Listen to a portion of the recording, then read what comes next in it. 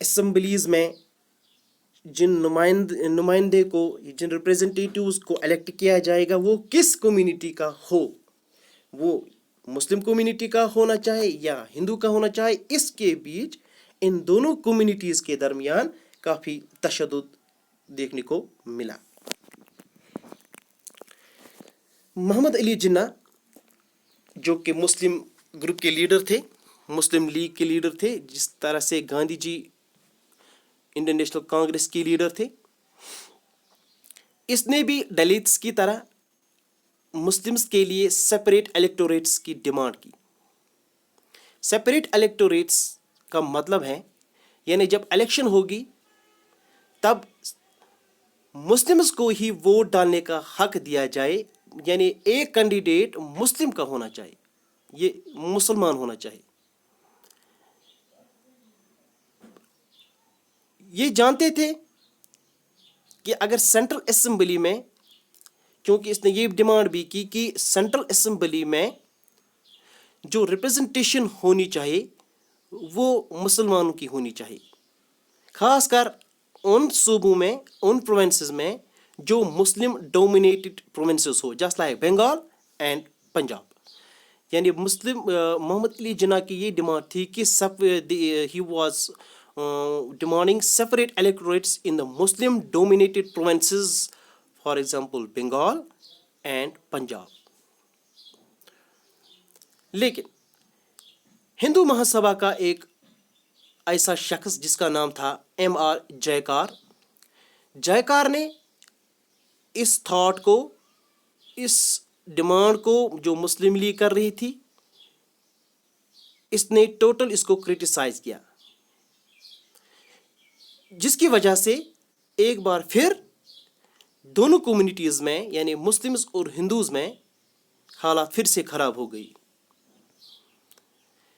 اسی لیے جب civil disobedience movement start ہو گئی تو ایسا ماحول پیدا ہو گیا جس میں ہم نے دیکھا کہ دونوں کمیونٹیز کے درمیان ایک کمیونل وائلنس ہونے لگی۔ کافی سارے ایسے مسلم لیڈرز اور دانش مند مسلمان جو تھے، ان کا یہ کنسرن تھا کہ ہم مائنارٹی میں ہیں، ہندوز میجارٹی میں ہیں، جب کوئی سلوشن نکلے گا کانگریس کے دورہ تب ہم سب آرڈینیٹ ہوں گے اور ہندوز جو ہوں گے وہ ڈومیننٹ ہوں گے، جو مسلمز کبھی نہیں چاہتے تھے۔ اسی لیے ایسا کہا جاتا ہے کہ مسلم لیگ نے جب سپریٹ الیکٹوریٹس کی ڈیمانڈ کی تو اس کو ہم دوسرے الفاظ میں ٹو نیشن تھوری بھی کہتے ہیں، جو محمد علی جناح کی ٹو نیشن تھوری تھی۔ مسلمان کو اس بات کا بھی خوف تھا کہ اس سے ہماری کلچرل آئیڈینٹی بھی ختم ہوگی، ہم ہندوز کے اندر سب آرڈینیٹ ہوں گے اور ہندوز ہم پہ ڈومینیٹ رہیں گے۔ تو in nutshell we can say that in civil disobedience movement there was mainly two limitations, that was one was from Dalit group and another was from Muslim group. So that was all about for today. See you in the next lecture, in the next day, on the next day. Till then, Allah Hafiz.